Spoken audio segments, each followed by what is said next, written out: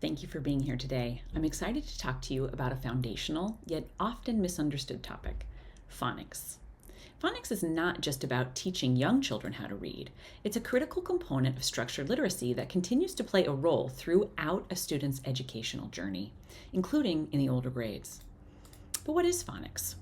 Phonics is the relationship between letters and the sounds they represent. It's about equipping students with the tools to decode words by recognizing patterns and applying rules. Phonics is not a teaching method, but a framework that ensures students have the building blocks they need to read fluently and with comprehension. Now, let's connect phonics to structured literacy.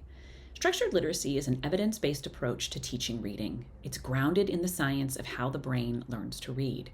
At its core, it's explicit, systematic, and sequential.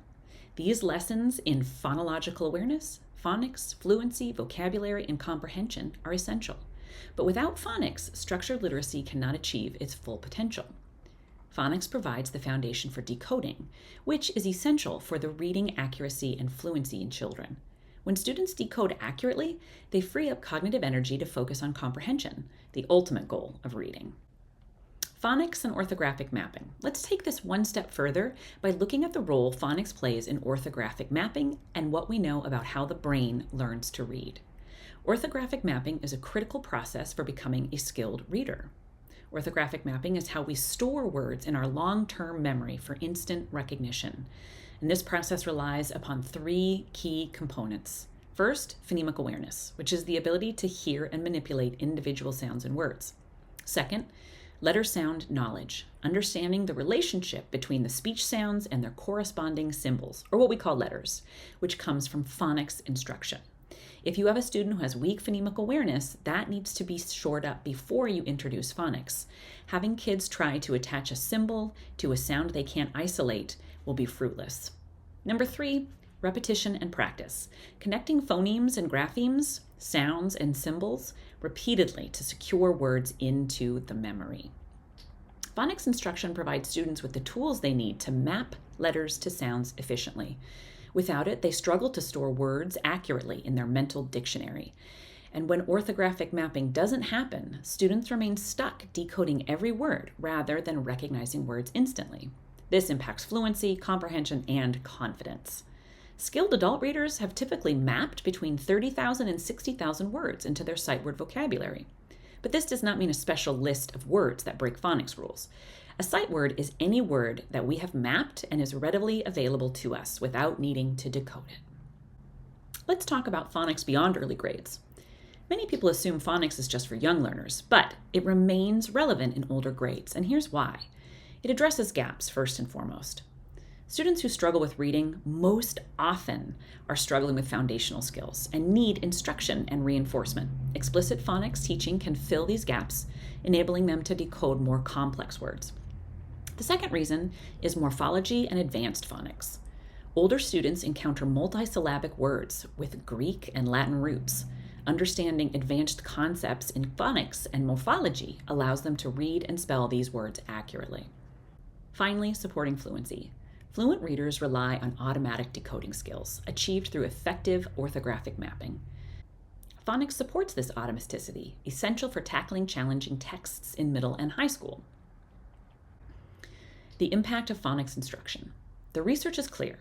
Systematic phonics instruction is one of the most effective ways to prevent reading difficulty. It benefits all learners, especially those with dyslexia or other language-based learning differences. Without a strong foundation in phonics, students are more likely to struggle with reading and, as a result, face challenges across all subjects.